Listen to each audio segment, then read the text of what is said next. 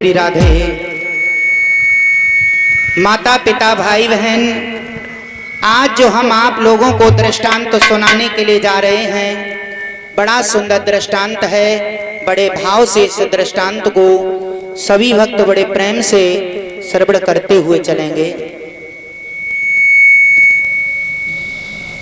जब पांचों पांडवों को राज्यपाट मिल गया, परीक्षित महाराज अब मेरी तरफ ध्यान देना माता पिता भाई बहन, जब पांचों पांडवों को राज्यपाट मिल गया और कलयुग आ गया है, तो युधिष्ठिर ने कहा, हे भाइयों, अब कलयुग आ गया है, अब हम लोग हिमालय में गलने के लिए चलते हैं।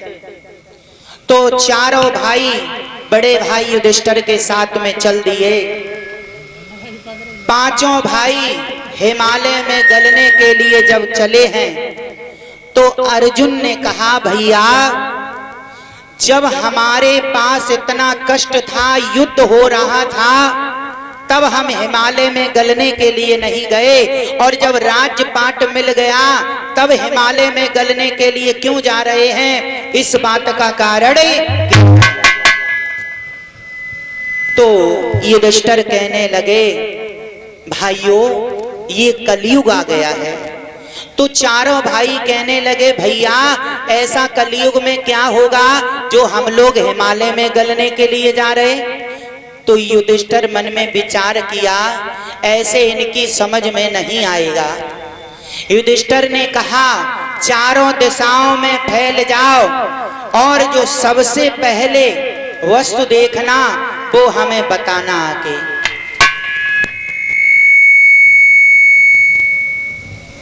जब चारों भाई चारों दिशाओं में फैल गए, तो सबसे पहले वाले भाई ने क्या देखा श्रोताओं? सबसे पहले वाले भाई ने देखा 5 कुएं हैं, 5 कुएं। जब बीच वाला कुआं उफनता है तो चारों कुएं भर जाते हैं, और जब चारों कुएं उफनते हैं तो बीच वाला कुआं खाली रह जाता है। पहले भाई ने देखा। दूसरे भाई ने देखा, माताओं, एक बहुत बड़े पहाड़ की चोटी टूटी, बड़े से बड़े पेड़ पौधों को विनाश करते हुए जा रही, किसी ने रोक नहीं पाया, एक छोटी सी दूब की घास ने रोक लिया। दूसरे भाई ने देखा। तीसरे भाई ने देखा, माता पिता भाई बहन, एक गाय ने बछिए को जन्म दिया। एक गाय ने बछिए को जन्म दिया। बछिए को गाय का दूध पीना चाहिए, लेकिन उल्टा गाय बछिए का दूध पी रही। तीसरे भाई ने देखा। चौथे भाई ने देखा, एक बैल है, बैल जो आगे से भी चारा खा रहा है और पीछे से भी चारा। चारों भाई देखकर युधिष्ठिर के पास आए हैं।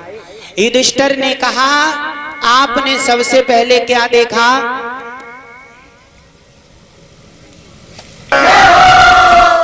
ये हमारे चाचा जी ने, रत्नीश भैया के पिताजी हैं, उन्होंने माल्य से स्वागत किया है। मेरा तो कहना है परमात्मा खुशियों के भंडार भरे रखे। आइए भाइयों, वहीं पर ध्यान से सुनना इस दृष्टांत को। तो युधिष्ठिर ने कहा, आपने क्या देखा सबसे पहले? तो कहा, भैया मैंने बड़ा अजीब करिश्मा देखा। क्या देखा? कि 5 कुएं हैं। जब बीच वाला कुआं उफनता है, तो बीच वाला कुआं उफनता है तो चारों कुएं भर जाते हैं, और जब चारों कुएं उफनते हैं तो बीच वाला कुआं खाली रह जाता है। इस बात का कारण क्या होगा?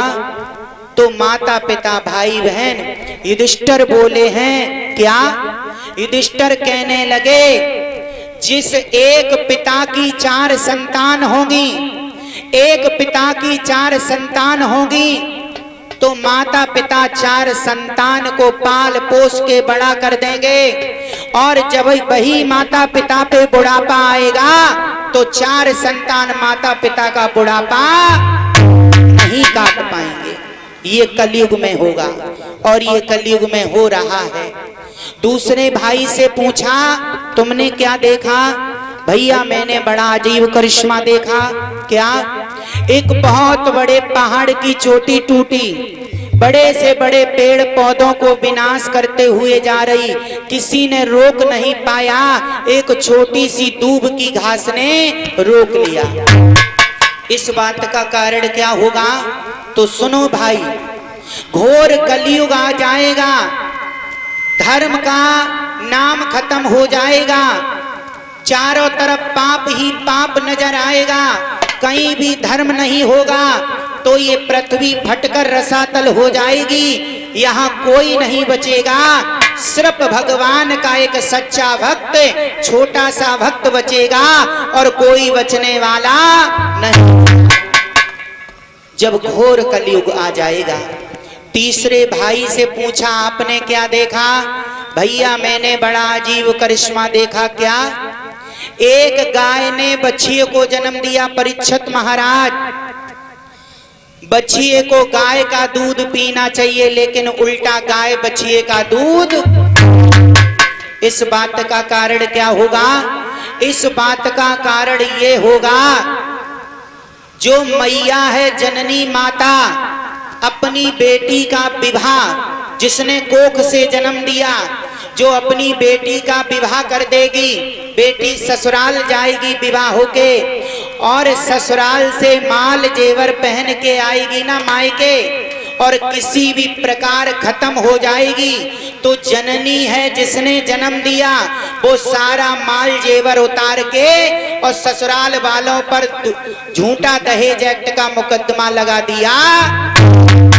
ये कलयुग में होगा और कलयुग में हो रहा है, ये आपने देखा होगा। मरती किसी कारण फंसा दिया जाता है।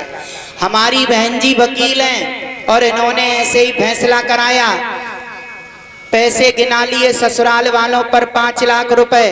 बहन जी ने बस्ते पे कहा, एक बात बताओ चाचा जी, आपको बेटी को ससुराल वालों ने मारा था या मर गई?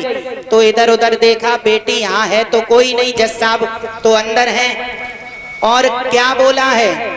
बेटी, हमारी बेटी के ससुराल वालों ने नहीं मारा था, हमारी बेटी को दौड़ा आता था, वो हम जानते थे, और वो मर गई। मैंने सोचा 2 लाख रुपए खर्च हुए, क्यों ना ससुराल वालों पे 3 लाख और ले लिए जाए।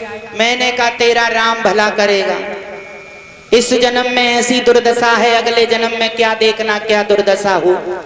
चौथे भाई से युधिष्ठिर ने पूछा तुमने क्या देखा? चौथे भाई से कहा तुमने क्या देखा? जो चौथे भाई ने कहा, भैया हमने बड़ा अजीब करिश्मा देखा। क्या? एक बैल है, बैल जो आगे से भी चारा खा रहा है और पीछे से भी चारा। इस बात का कारण क्या होगा?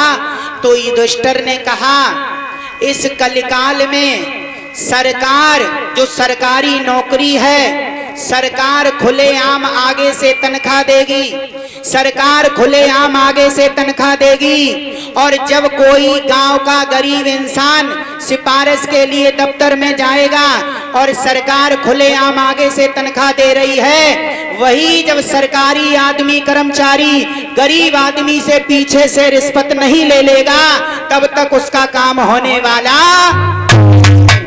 ये कलयुग में हो रहा है। किसी भी दफ्तर में चले जाओ, किसी भी कहीं चले जाओ, बाबूजी मेरा ये काम कर दो, बाबूजी मेरा ये काम कर दो, जबकि सरकार इतनी तनख्वाह दे रही है, जब तक उस गरीब आदमी से पैसे नहीं ले लिए जाएंगे, रिश्वत नहीं ले ली जाएगी, तब तक उसका काम होने वाला नहीं। और पल भर का काम है, उसे 10 दिन भगाया जाएगा।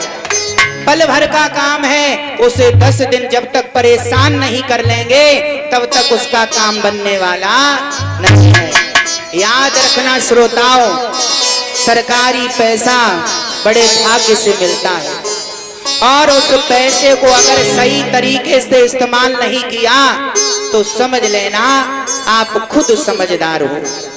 बोलिए गोविंद भगवान की, बोलिए आनंद कंद भगवान की जय। जय श्री राधे श्याम।